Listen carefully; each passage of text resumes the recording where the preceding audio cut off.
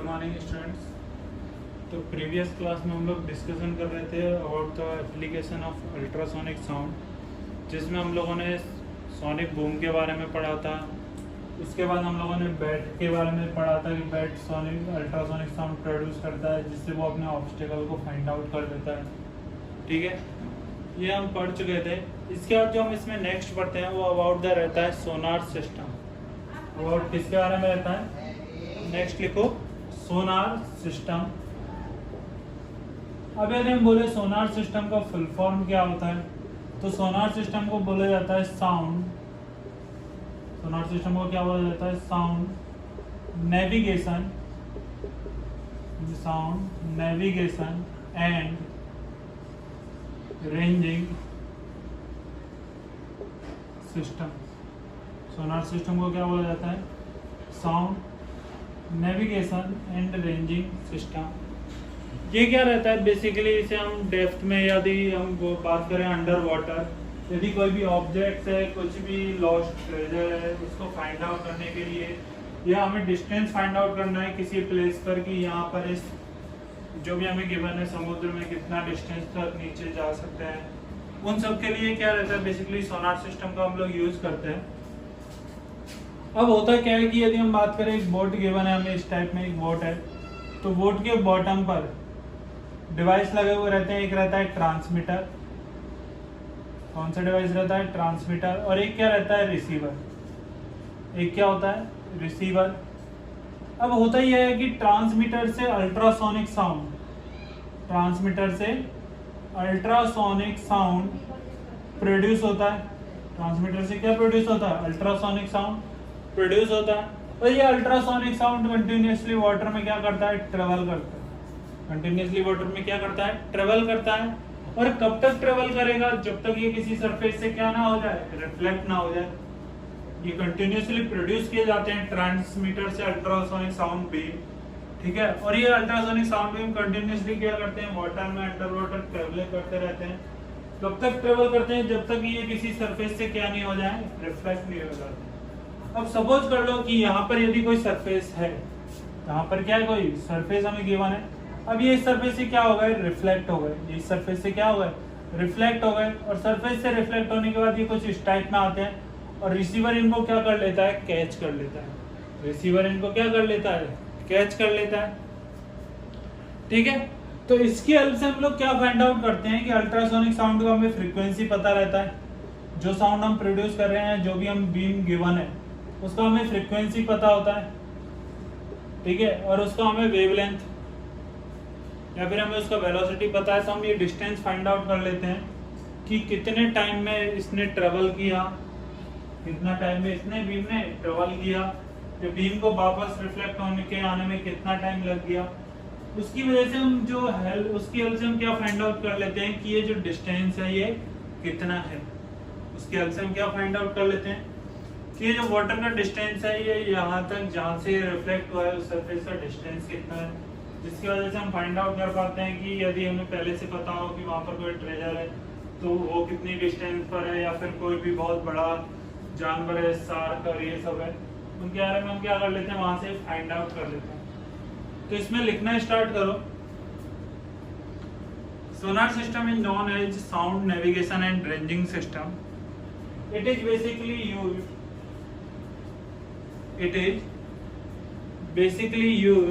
to find out it is basically used to find out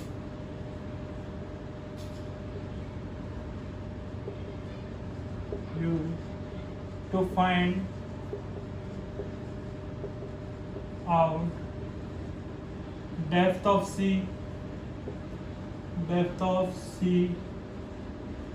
lost ships, submarine,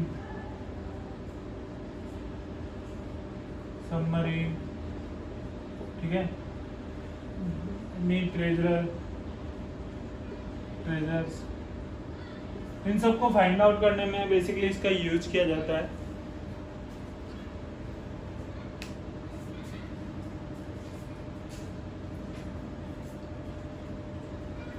In the sonar system there is two devices. In the sonar system basically there are two devices. First transmitter, note करना, ठीक है. In the sonar system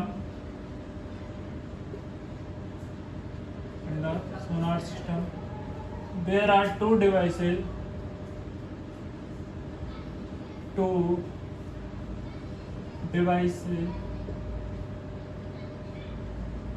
which are used basically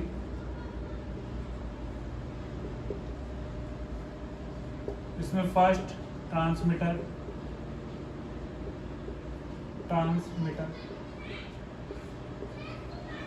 ठीक है. पहला कौन सा होगा? Transmitter. This is used to send the signal और अल्ट्रासोनिक साउंड.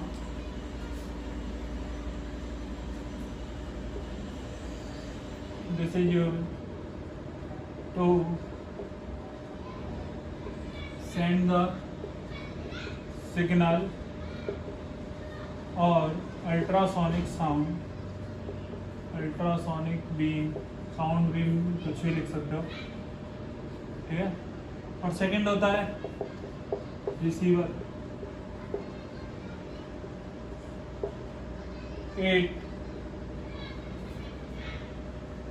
it gets या it receive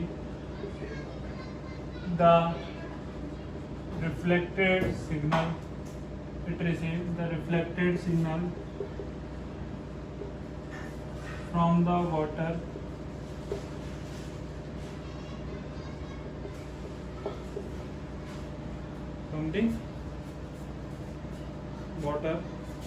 अब from any surface भी लिख सकते हो, ठीक है.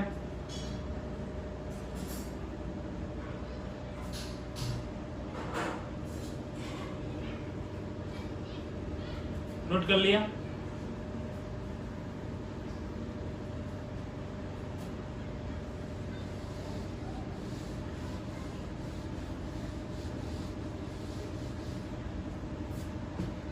इसका डायग्राम बना लेना. हमें कोई स्ट्रिप गिवन है, ये बॉटम में यहाँ पर रहता है ट्रांसमीटर, ये क्या है? रिसीवर.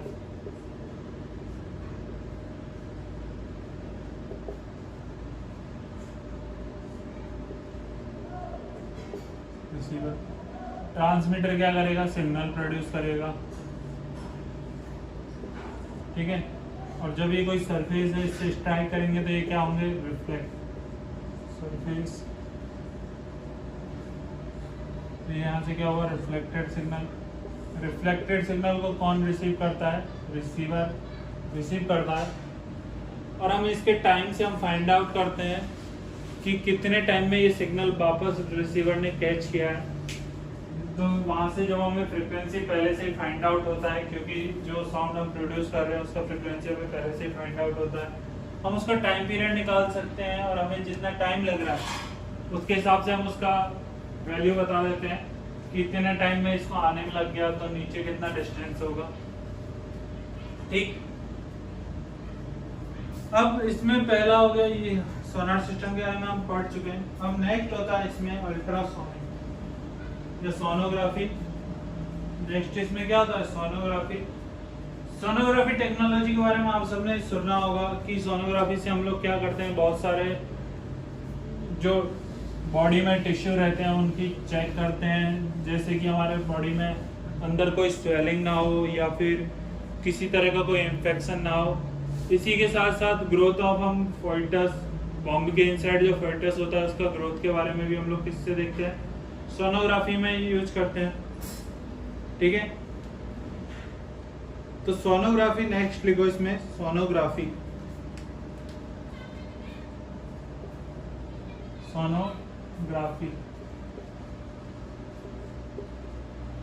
और सोनोग्राफी में लिखना स्टार्ट करना.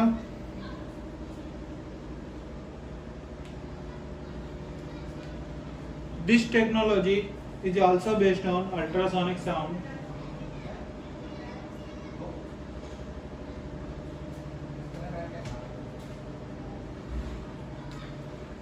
this technology is also based on ultrasonic sound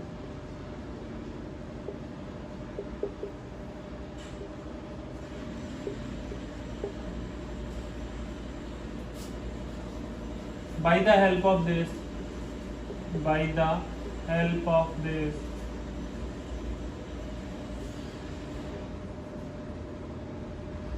we generate pictures of tissue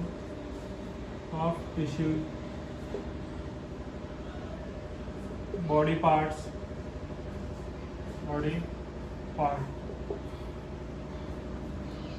ठीक है, इसमें आगे क्या लिखोगे? नेक्स्ट लिखो this is useful in finding out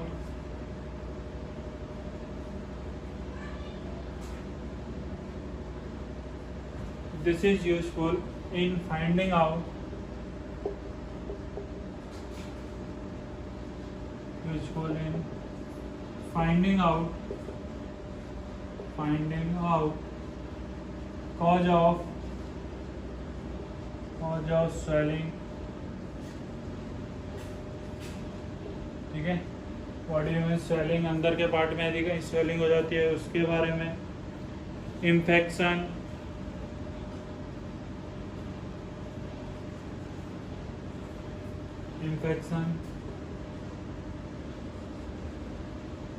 and also about growth of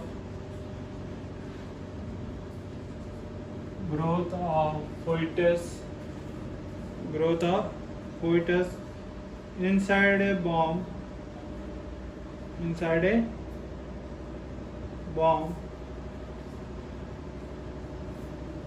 growth of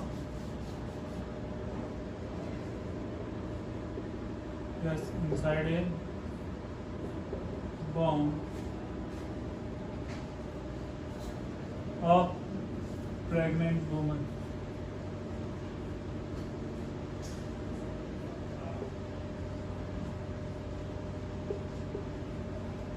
Inside a bomb of pregnant woman. ठीक है,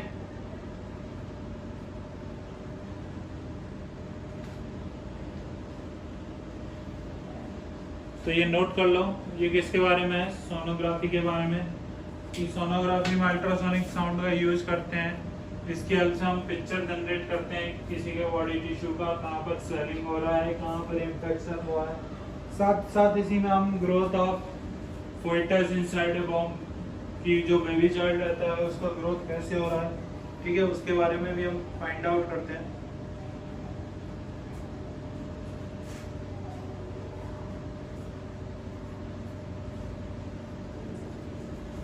note कर लिया, ठीक है।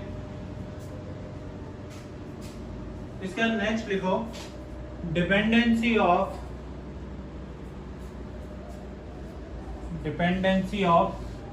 Speed of sound.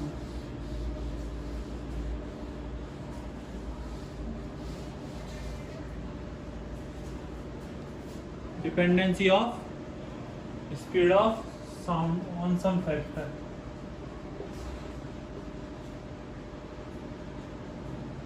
Dependency of speed of sound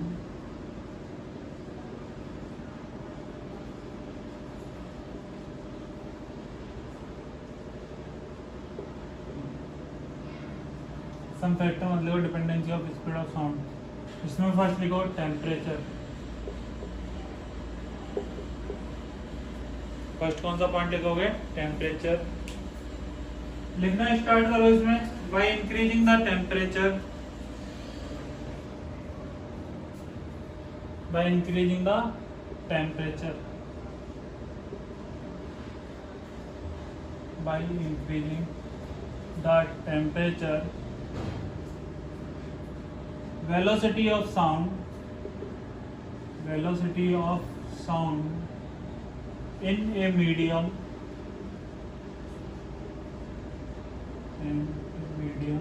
increase, ठीक है। v is directly proportional to होता है under root of t। v is directly proportional क्या होता है, अंडर रूट ऑफ t। तो जैसे जैसे हम टेम्परेचर इंक्रीज करेंगे वेलोसिटी ऑफ साउंड भी क्या होता है, इंक्रीज होता है। नेक्स्ट लिखना by increasing temperature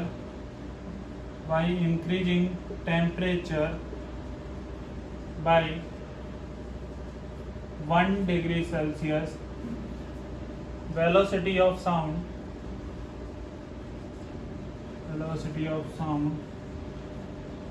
increase by 0.6 meter per second। Note कर लो, by increasing temperature by 1 degree Celsius, velocity of sound increase by 0.6 meter per second। ठीक है, सेटिंग से नोट करना 0.6 मीटर पर सेकेंड।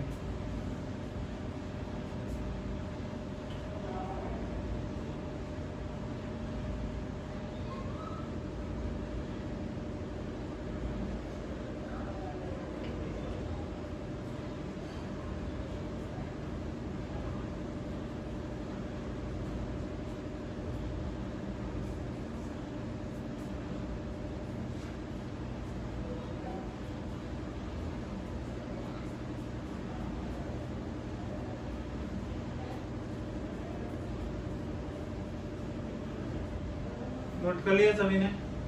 नेक्स्ट लिखो velocity of sound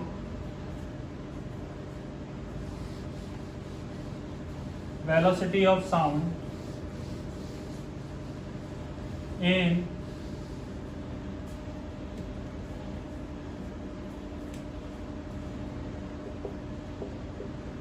velocity of sound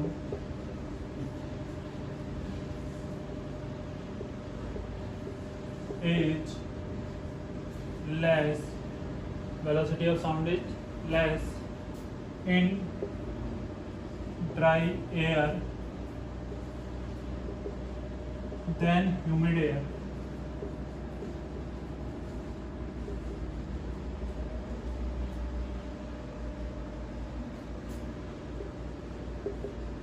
तो velocity of sound in dry air क्या होता है, लेस होता है किससे, velocity of sound in humid air. उसका रीजन क्या होता है अभी बताता हूँ, देखो पहले नोट कर लो। Velocity of sound in dry air is less than velocity of sound in humid air. ठीक है, इसका रीजन क्या है कि वेलोसिटी ऑफ साउंड ये होता है inversely proportional. Velocity of sound inversely proportional होता है r1/√n। Velocity of sound is inversely proportional to the √n। ठीक है, अब जब इसके अंडर रूट के इनवर्सली प्रोपोर्शनल है मास के, तो यदि हम बात करते हैं ड्राई एयर का, यदि हम बात किसका करते हैं, ड्राई एयर का, तो ड्राई एयर में सिर्फ कौन कौन सी गैस मिलेंगी, 78% नाइट्रोजन, 21% ऑक्सीजन और रिमेनिंग 1% में अदर गैसें काउंट होती हैं। ठीक है, इसी टाइप में रहता है। लेकिन जब हम बात करते हैं किसका, ह्यूमिड एयर का, तो हम किसका बात करते हैं, ह्यूमिड एयर का, तो ह्यूमिड एयर में जो मास होता है, ह्यूमिड एयर में जो मास होता है उसमें नाइट्रोजन, ऑक्सीजन ये सभी गैसें तो मिलती है, साथ साथ में उसमें वाटर वेपर भी कंसीडर किया जाता है। ह्यूमिड एयर में क्या कंसीडर किया जाता है, वाटर वेपर भी कंसीडर किया जाता है, जिसकी वजह से जो रिलेटिव मास होता है ह्यूमिड एयर का वो क्या हो जाता है, लेस हो जाता है।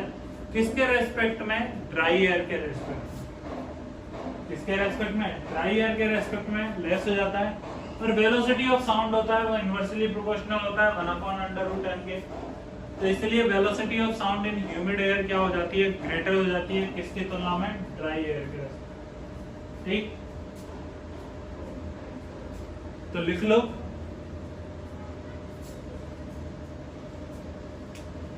क्या लिखोगे? इन the humid air, in the humid air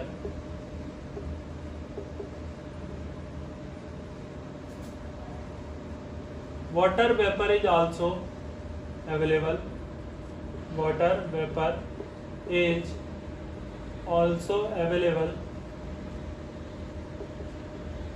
so relative mass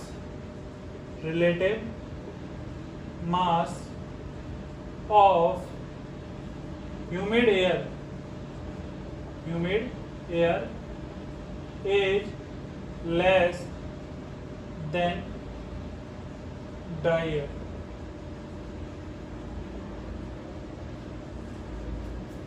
ठीक है, नोट कर लेना। In the humid air water vapour is also available या present, so relative mass of humid air is less than dry air, that's why the velocity of sound is less in dry air than humid air. ठीक है, चलो तो इसके बाद का discussion next class में होगा।